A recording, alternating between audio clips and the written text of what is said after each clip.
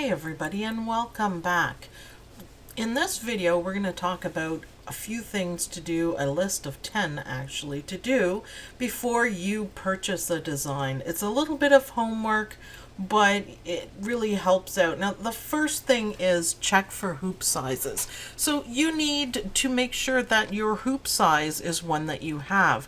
There's no point buying a 5x7 applique if you only have a 4x4. I know that restricts some people. Some designs that are straight embroidery you can split, but something like an in the hoop, it's nearly impossible to do that. So make sure on the design it tells you what sizes you're getting or what size you need. Now every large or medium or even small digitizer site will have that information. It will let you know what range of hoops you need to do. On Embroidery Library, you can pick the format and then you can pick the size that you want. So make sure you get that right.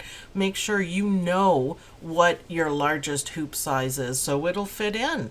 It's really helpful. It's really good. Now, number 3 is research the digitizer. So you can check them out on the About Us page and learn a little bit about the digitizer, how long they've been in business, you know, how big their site is, a little bit of personal information perhaps, but it all makes it a little bit easier to feel comfortable with the designs that you're buying. Now you can see here, this is Creative Kiwi. They've got Facebook, Twitter, Pinterest, and there's a whole lot more. So check out each of their sites just to get to know them a little bit better. And I think it really helps if you do this. And it's a good idea. You can also check out groups too. Groups are really nice. Most digitizers should have a group where you can specifically answer questions. So number 4, do you need help? Make sure the website that you're purchasing from has a frequently asked questions or a way to communicate to get help with your designs. This is Embroidery Library, and there are tons of questions, basic questions, specific questions, things you need to know, how to work things on the website, that sort of thing. There's a lot of information on Embroidery Library. You just have to look for it. Creative Kiwi also has a fantastic help section, and she answers the most asked questions, the best questions. So if you have a quick question, you hop over to there and that's going to help you out. So make sure that there's a help section that you can refer to. It makes a big difference and can answer your questions really quickly. Not all digitizers are on this side of the world, so it's helpful to be able to get answers. Now, Facebook groups, you will get the help that you need specific to the designs that you're doing. You're not the only one that needs help. That's it. So number 5, read reviews. You will be able to find reviews on Facebook pages, in the groups. You can see what people are talking about, and also make sure you leave a good review too, so the next person doing the research on the digitizer will be able to see your review and it'll help out. So be helpful on that. So the next thing is product photos. This is one that I feel very strongly about. This design is not a stitch out. This design by Suzanne Shep is a stitch out. Now, which one would you rather buy? I would rather buy the one that the digitizer has actually stitched it out. I think they need to take the time to stitch out their designs. Here's a good example too. The one on the left, the first one is not stitched and the second one is stitched. You really want to see the design stitched out. It's really important. Get a free design too. Most websites have a free design, and I think that is really helpful. You can just try it out and see what you think of the design. And it's a good way to see what your digitizer, this new digitizer, is doing. This is a Creative Kiwi design and one of my favorites, absolute favorites. There's a video on it too. So test it out. I think that's important too. Grab one, test it out, see what you think. There we go.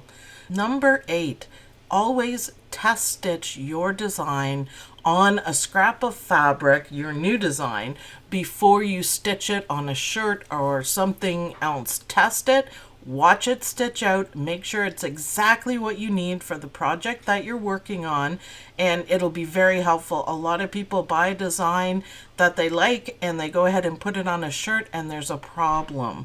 So it's safer to test it out, have a good look at it, play around with colors if you want to. You don't necessarily have to do the colors that the digitizer did.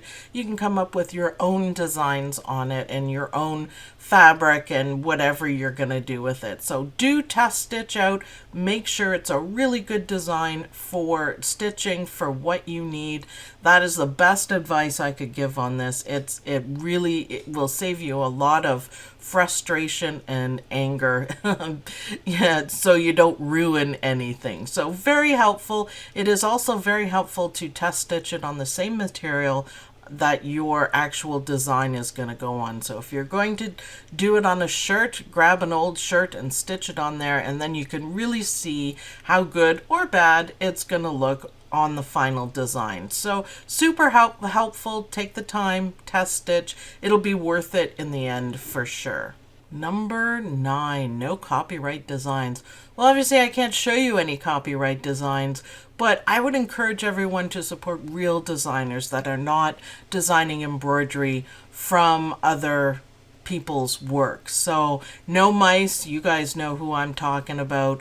No inspired designs that are actually, you know, the same, they just have those words in it, or silly names like that. It's still copyright, it's still everything, and I would encourage everyone to, you know, follow the rules and support digitizers who are really working hard and taking the time to do their own original designs. I think it's really important. Once you do all these steps and you have legitimate designs, enjoy stitching your designs out. You've tested it, you've done your research. It's fantastic. So thanks everyone for watching. I hope you guys enjoyed this video. Don't forget to like and share to let everyone know you want more videos just like this. Thanks everyone for watching, and I'll see you guys in the next video. Bye.